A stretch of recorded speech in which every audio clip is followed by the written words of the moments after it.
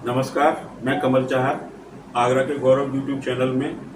आज हमारे साथ हैं शबाना खंडेलवाल जी, जो कि समाज सेविका के तौर पर आगरा में बहुत बड़ा नाम है। आइए हम बात करते हैं शबाना जी से। शबाना जी, आपके राजनीतिक सफर की शुरुआत किस तरह से हुई? नमस्कार, मैं शबाना खंडेलवाल और सबसे पहले तो मैं आपके YouTube चैनल को बहुत बधाई देना चाहती हूँ कि वो तेजी से लोगों में चर्चा का विषय है और आगे बढ़ रहे हैं आप लोग। हमारी शुभकामनाएं आपके साथ हैं। मेरा परिचय, आप अगर राजनीतिक सफर की बात करें तो मैं जब यूथ कांग्रेस से मैंने शुरुआत की और मेरे अंदर एक जज्बा था कि मैं लोगों के लिए कुछ करूं। सिर्फ शबाना होना काफी नहीं है, उसके आगे भी चर्चाएं होनी चाहिए। तो मैं छोटे छोटे चीजों के लिए लड़ाइयां लड़ती थी। यूथ कांग्रेस में रही, उसके बाद फिर मैं महिला कांग्रेस में उत्तर प्रदेश में आई, उसके बाद ऑल इंडिया कांग्रेस में मैं रही और फिर प्रियंका जी के साथ जनरल सेक्रेटरी रही मैं उत्तर प्रदेश में मेन कांग्रेस में। 4 फ्रंटल संगठनों की इंचार्ज भी रही हूँ। पर मुझे लगा कि इससे आगे भी हमें महिलाओं के लिए कुछ करना है और लड़ना है। तो हमने अपनी एक सेना बनाई, सशक्त पीली सेना के नाम से, आगरा में या उत्तर प्रदेश में सभी लोग जानते हैं। तब हमने फिर महिलाओं की आवाज उठाना शुरू करा और उस सेना में इसलिए हमने सेना का जो बनाई कि कोई जाति, कोई धर्म, किसी पार्टी का कोई भेदभाव नहीं है।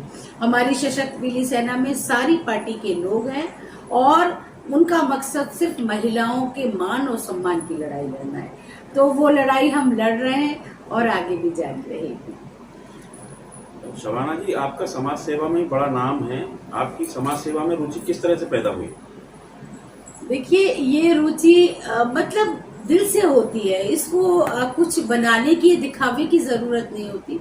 जज्बा हमारे दिल में होता है कि हम किस तरफ काम करना चाहते हैं। और मेरा शुरू से ये रहा था कि जैसे बच्चियां हैं, महिलाएं हैं, उनके साथ कहीं अन्याय हो रहा है, ससुराल में, ऑफिस में, कॉलेज में, कहीं ना कहीं किसी भी नाम पर प्रताड़ित की जा रही हैं, तो मुझे उनके लिए लड़ना है, उनकी आवाज उठानी है, उनको बचाना है, सुरक्षित करना है। हम भी एक महिला हैं और हमारी भी बेटी है, हमारे भी बच्चे हैं, तो हमें उसी के तहत हमने सोचना था और फिर हम लगातार उस चीज में आगे बढ़ते गए। और आज देखिए कि हजारों बच्चियों का, मुझे खुद भी याद नहीं है कि कितनी बच्चियों को हमने न्याय दिलवाया, उनके घरों में आज वो सुख से रह रही हैं। कहीं ना कहीं जो परेशान थी, तो हम अगर कुछ भी समाज के लिए कर पाए तो हमारा जीवन सफल है। इस समय आप भाजपा में किस क्षेत्र में ज्यादा काम कर रहे हैं? देखिए, जैसे भाजपा में मेरा आना एक, आप कह सकते हैं कि हृदय परिवर्तन था और ये कृष्णा जी का आशीर्वाद मान सकते हैं कि उन्होंने मुझे ऐसा कुछ संदेश दिया।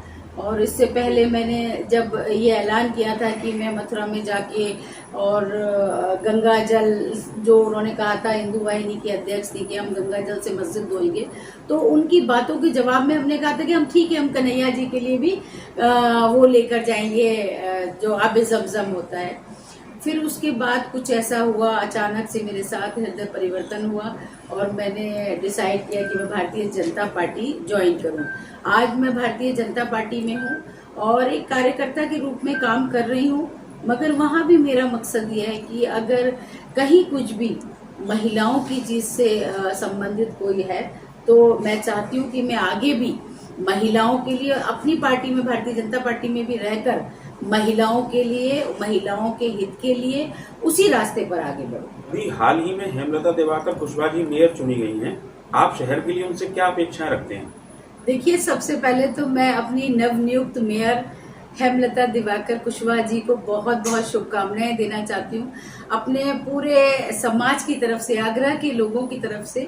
और जो हमारे 100 पार्षद चुने गए उनको भी बहुत शुभकामनाएं। और हमारा निवेदन यही रहेगा कि जैसे प्यार से, मोहब्बतों के साथ आगरा की जनता ने उनको चुना है, उस योग्य माना है और उस सीट पर बैठाया है हमारे 100 पार्षदों को और हेमलता दिवाकर जी को, तो उनकी जिम्मेदारी और बढ़ जाती है आगरा के प्रति।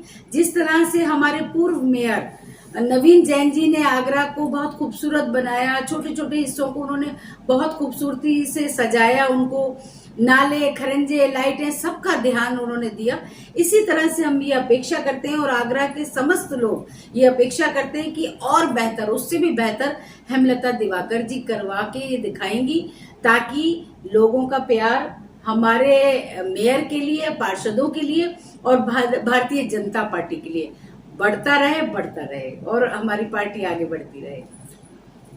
कि अगले साल जो है 2024 में संसद के चुनाव होंगे, जी। तो उसके लिए आपने कुछ सोचा है कि आगे मतलब किस तरीके से राजनीति में उसके आगे बढ़ाएंगे? हाँ, 2024 में चुनाव आ रहे हैं और हर पॉलिटिकल जो महिला हो या पुरुष हो, उनका मकसद होता है चुनाव लड़ना।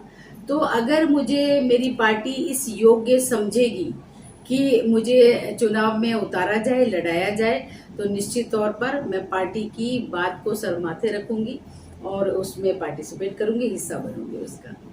और जनता का मेरा मकसद वही है कि समाज की सेवा, चाहे मैं मेयर के रूप में करती, चाहे मैं विधायक के रूप में करती, चाहे सांसद के, मगर मेरा मकसद वही रहेगा कि अपने लोगों की मुश्किलों को दूर करना। राणा जी, आजकल जो हिंदू मुस्लिम माहौल चल रहा है, इस बारे में आप क्या कहना चाहेंगे?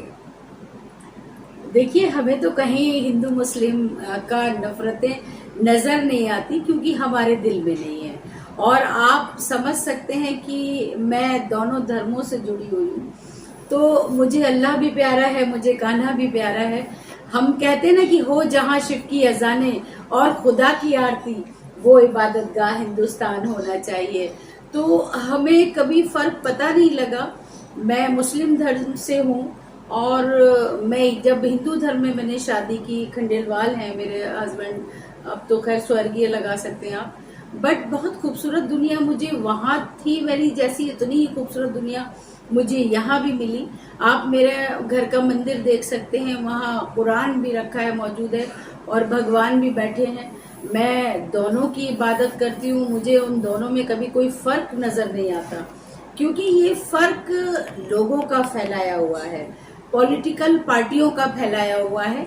और मोहब्बत करने वाले परिंदे होते हैं, उनकी कोई जाति धर्म नहीं होता।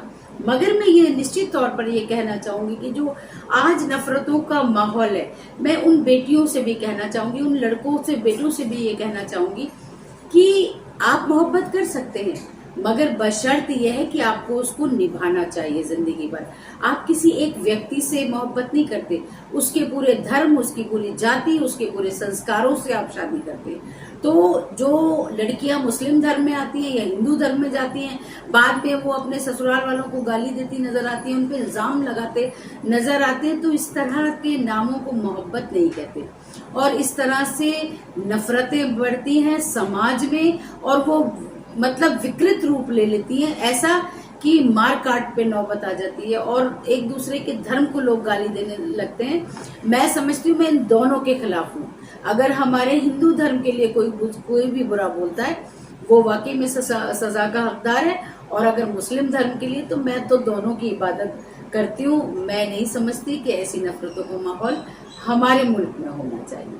हमारा मुल्क सिर्फ मोहब्बतों के लिए बना है और बहुत सारी निशानियां हैं जो मोहब्बत की यादगार हैं।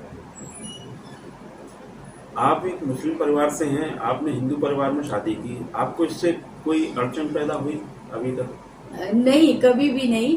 आप ये सोचिए कि जब मेरी शादी नहीं हुई थी और मैं एक मेले में घूमने गई अपनी मम्मी के साथ, और मुझे छोटे छोटे भगवान रखे हुए थे, कान्हा जी थे, शंकर भगवान जी थे, राधा थी, ऐसे सारे भगवान मैं सब खरीद के ले आई थी अपने घर में। और जबकि मुस्लिम धर्म में तो ये तो गुनाह माना जाएगा, भूत परस्ती मानी जाएगी, मगर मुझे एक अट्रैक्शन था, एक प्यार था, मैं ले आई थी वहां। और चारों तरफ मैंने अपने ड्राइंग रूम में भगवान रख दिए थे, बीच में कुरान रखा था, तो जो भी मुस्लिम समाज के लोग आते थे मुझे बहुत बुरा बोलते थे कि ये क्या हो रहा है, बुत परस्ती है। मेरे मम्मी पापा को बोलते थे, पर उन्होंने बोला कि इस लड़की के दिमाग को हम कुछ नहीं बोल सकते, इसकी सोच अलग है। मेरा भी ये सवाल था उन लोगों से कि अगर हिंदू ये कहते हैं कि अल्लाह है ही नहीं, कहीं खुदा नहीं है इनका, तो ये बता दीजिए जो करोड़ों मुस्लिम है उनको कौन पाल रहा है, उनको रोजी रोटी रिस्क कौन दे रहा है। और अगर मुसलमान ये कहते हैं कि भगवान कहीं नहीं है तो मैं उसका भी विरोध करती हूँ, क्योंकि जो करोड़ों अरबों लोग हैं उनको कौन खाना दे रहा है, कौन रोजी रोजगार दे रहा है, कौन उनको सांसें दे रहा है। तो कहीं ना कहीं चाहे वो हिंदू के नाम पे कहें चाहे मुस्लिम के नाम पे कहें, एक शक्ति है।